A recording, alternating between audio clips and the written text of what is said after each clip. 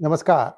You want to know one on one how these people who are now going to be secretaries, like, for example, State, Marco Rubio or Tulsi Gabbard, or anybody else in the innermost circle of Donald Trump, how it is to talk to them, interact with them. Well, I have today a guest who actually has done that for many years now. So let's welcome Sridhar Chityala ji. Sridhar ji, Namaskar. Jai Sri Ram. How are you, sir? Namaskar, Jai Sri Ram. Wonderful, sir. Wonderful. Glad to Sir, see President Trump, President-elect Trump, kicking and running away, sir. Absolutely, sir, and congratulations. You got many of the names correct. I'm also told that there is something in for Kash Patel also. We will come to that in just a moment. We'll cover the ones that the top five that we are going to cover today. It's over to you, Sridharji. We just have a slide deck that you can talk to. Here we go. Sir, go ahead, sir. Well, I think the Trump is very clearly moving quite rapidly from the transition team to the core members of the team, and some of the announcements reflect very clearly the agenda on which the platform in which he was running his presidency kind of nomination or presidential election. So things like immigration, things like foreign policy, things like free market, things like taxation, things like national security. You are going to see many of these candidates. There will be some surprises, but many of these candidates with whom he has had long conversations in terms of how to shape his second term agenda, contrary to the hiccups that he had when he started his first term. Thank you, sir. Now let's start with your good friend, Marco Rubio. Marco Rubio has been, he was quite unhappy or he was quite not where he wanted to be with his Secretary of State in term one. He says now he needs a far more aggressive Secretary of State, not just merely focusing on tariffs with regard to China, but much deeper agenda in terms of security and some of the other things that the China is engaged in. So Marco Rubio kind of steps into that role, and he is very apt, he is very experienced in terms of his engagement on foreign policies. Very important. Again, I'll draw, there are many Indian viewers. Go back to July 25th, 26th, when he put forth a policy approval document where India should be recognized and should be treated as a major strategic partner along the lines of Japan, along the lines of Israel, and so on. So I think that one can see some positive movements, at least on that front, from Marco Rubio's candidacy, Sriji. Stay on Marco for a second, please. Sir, Senate confirmation has to be done for Secretary of State position. How confident is this going to go through? Rubio is a very avid, politician. He has been in the Senate. People know. And the good thing about Marco Rubio and the policy is, well, even the Biden administration or the outgoing administration had not much sympathy for the Chinese policy. So I think that his would be much easier relative to many of the others to follow. Thank you, sir. Now let's go to the next candidate, Tulsi Gabbard. It's very interesting. She's U.S. Army. She has served, and he has given a very interesting director of national intelligence, coming from the military background and various facets that she has been involved and engaged in. Tulsi Gabbard was. There's no surprise, but I would have picked her for something else. But there's no surprise in being DNI. But I think she's going to have some very interesting challenge in her nomination as she goes through the process. And particularly, you can see there's already some noise emanating from some sections of the Democratic Party. Yes, indeed. And she's being called a Russian spy, for crying out loud, by the Democrats. Dudes, she was a Democrat until not long ago. Come on now. It has to be a limit to how you are going to criticize her. And that too, sir, there is this one, I shouldn't say, it's worse than a rascal, but I'm at a loss for the word. Shergill, this guy is a Democrat. He's a Khalistani, poor, serious. And then he wants to drum up support against Tulsi Gabbard. What he does is puts out a tweet saying, "Dear Dalits, oppressed Sikhs, Muslims, everybody, Tulsi Gabbard is rabid. This is a BS. I mean, come on now. These guys are stooping too low. I think there is this button is going to be completely turned off. This switch is going to be turned off, is what I think. Sir, another thing today happened in Stockton Gurudwara. They are talking about no Hindi, no Hindu, no something else. I mean, these are our own people, for crying out loud. I want to take a hammer and smack their head a little bit. What the heck is wrong with you guys? Yeah. We will cover the implications of this in terms of some of the geopolitical actions in a subsequent kind of a session, Sriji. But there's a lot of activity going on, very specifically focused around Tulsi Gabbard as well as Marco Rubio. But we'll do that in another day. So, in terms of the Senate count, and how many are they going to support? Do you see the complete slate of 52 senators, Republican senators, voting for Tulsi Gabbard? I don't think it will be all that, right? It will be a little bit smaller, but it should be a majority Senate panel, isn't it?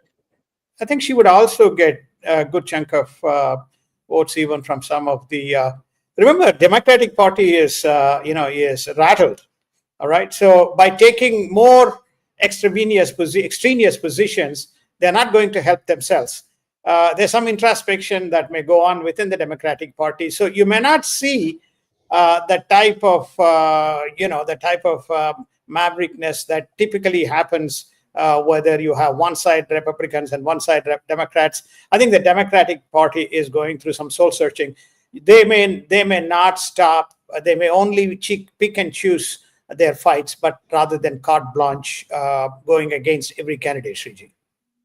Thank you, sir. And now next person, Matt Gaetz. Yes. He sounds like Gates, just like Bill Gates. It's pronounced Gates. Attorney General. Yes, this is. I've never expected Matt Gaetz to be Attorney General, but he is a nominee. It's very clear that President-elect Trump wants a very, very strong Attorney General. You remember he had some challenges in his prior term. He couldn't enforce many of the policies.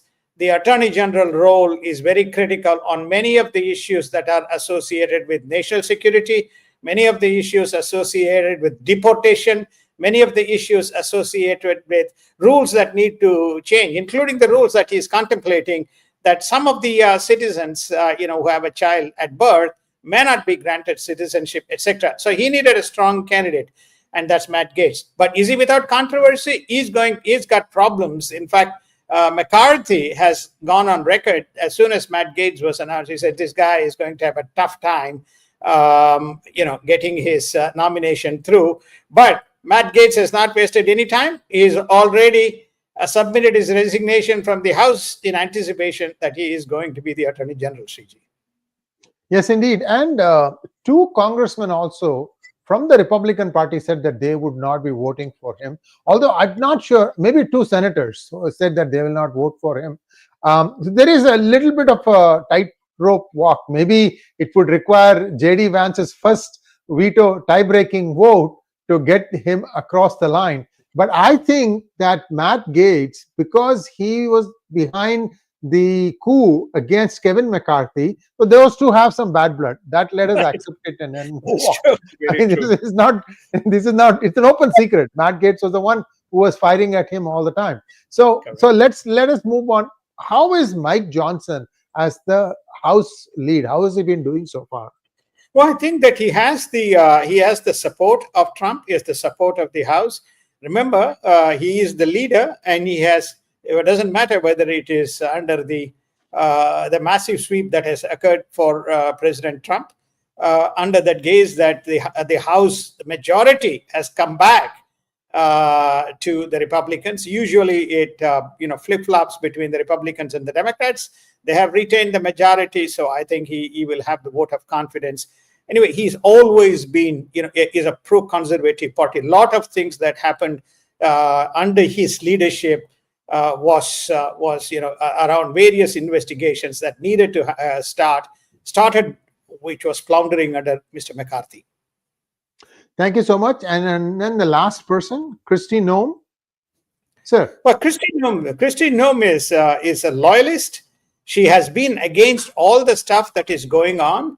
Remember the two things that we talked about in the feedback during the elections, and one is around the whole illegal borders, and second, the illegals potentially causing a threat, and not only a threat to security, but a threat to the jobs of the people who otherwise would be gainfully getting employment. So he needs somebody with iron whip hand, working closely with Matt Gaetz, and then you have Kristi Noem, who has been given the Department of Homeland Security. I think you'll see very strong and very effective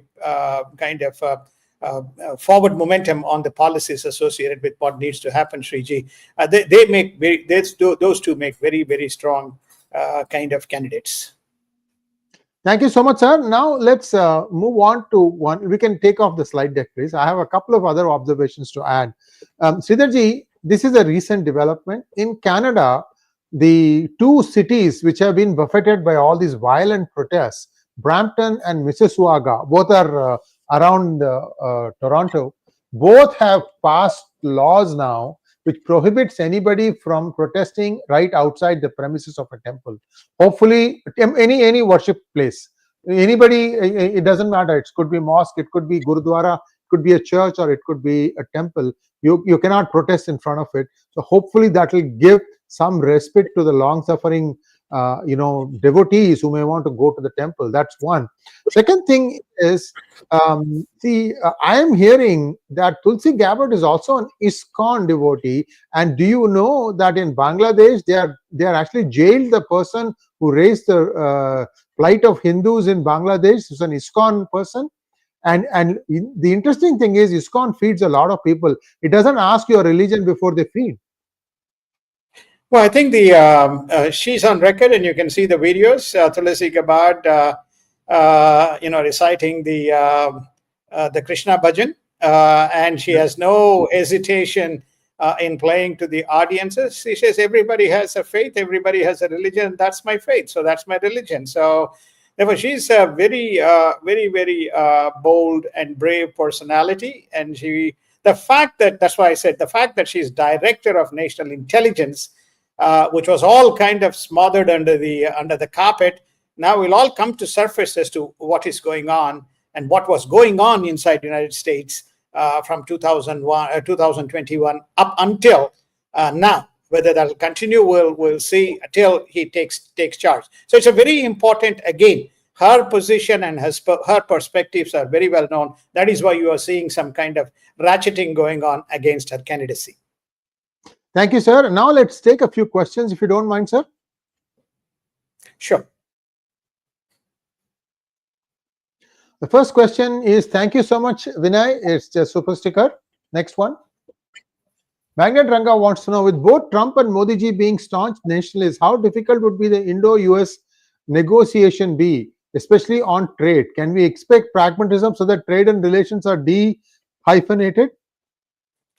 No, the relationship would be very strong. There's no doubt, because it's on the strategic corridor. I think we discussed that.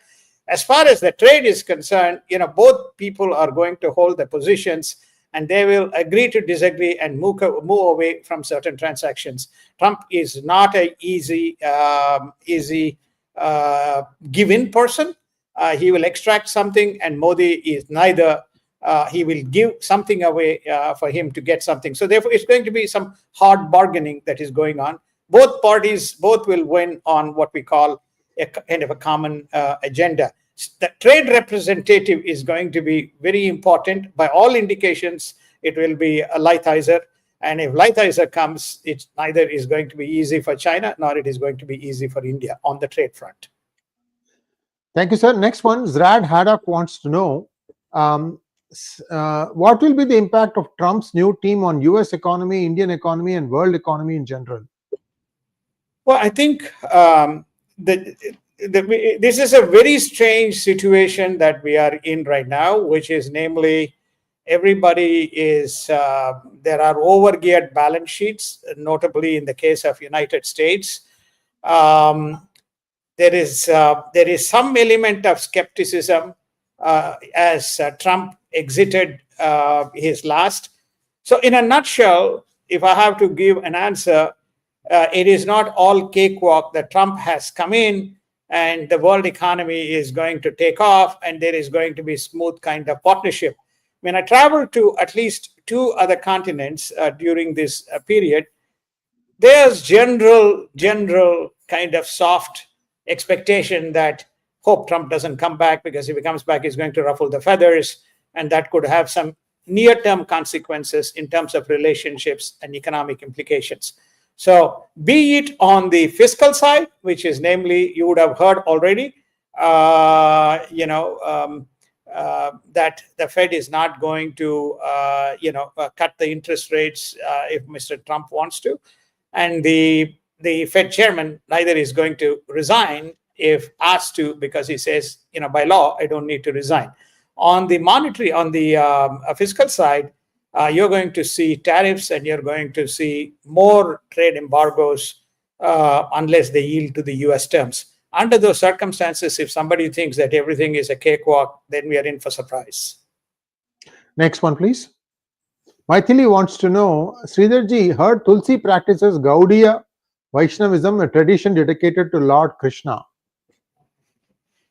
I can't comment anything beyond what she has written, Sriji. Yeah, I understand.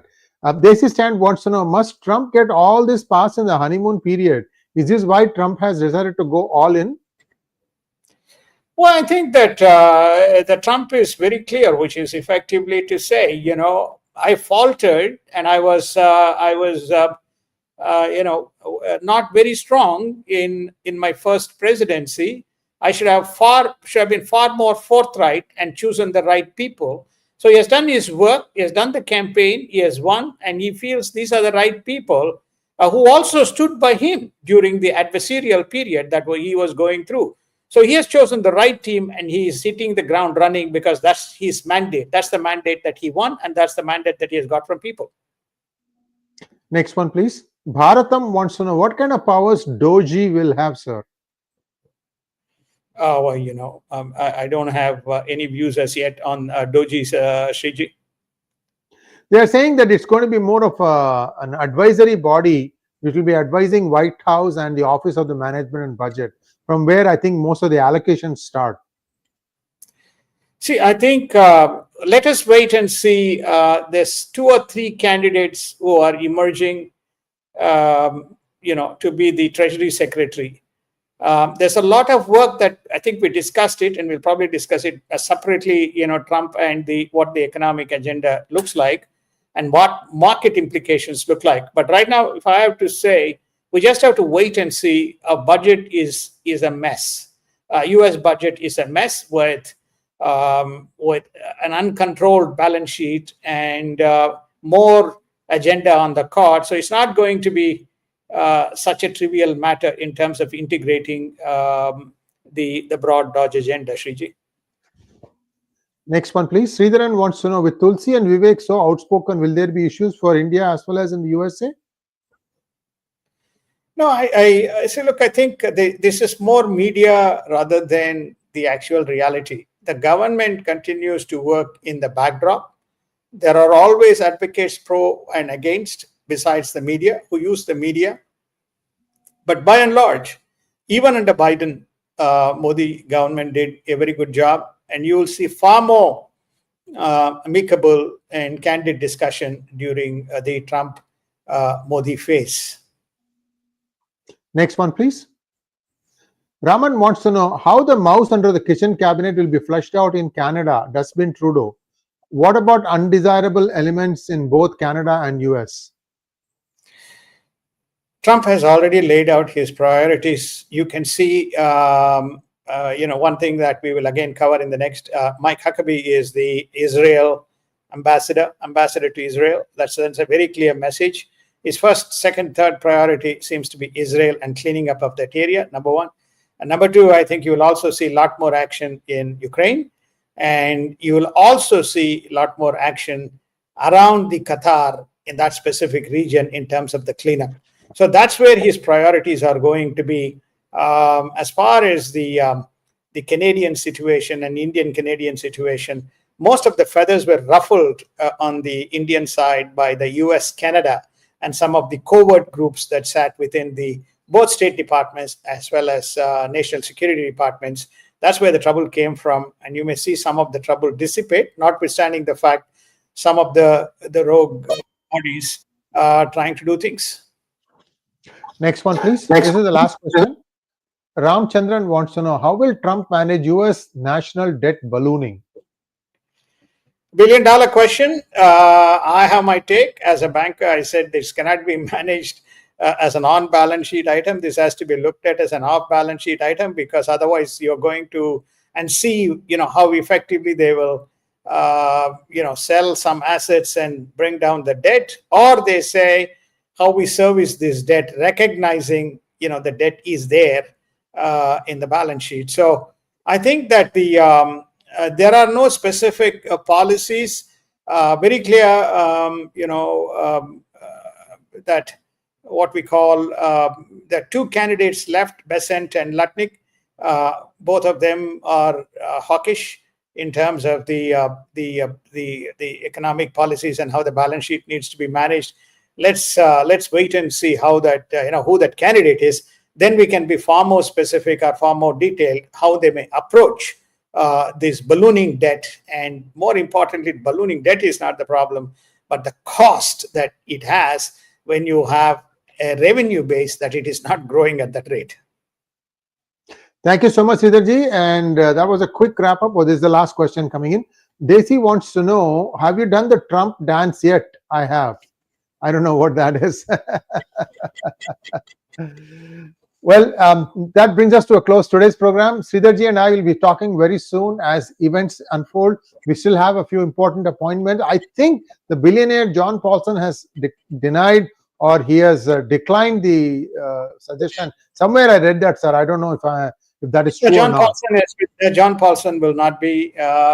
Many of these people, within their business dictum or business domain, they have, a few things that may unravel when you go through the confirmation process. John has said, no, I'll be supporting the administration, but I'm not a candidate for Treasury Secretary. Thank you so much, sir. And we'll be seeing you again very soon. Namaskar. Namaskar. Thank you so much. Have a wonderful day.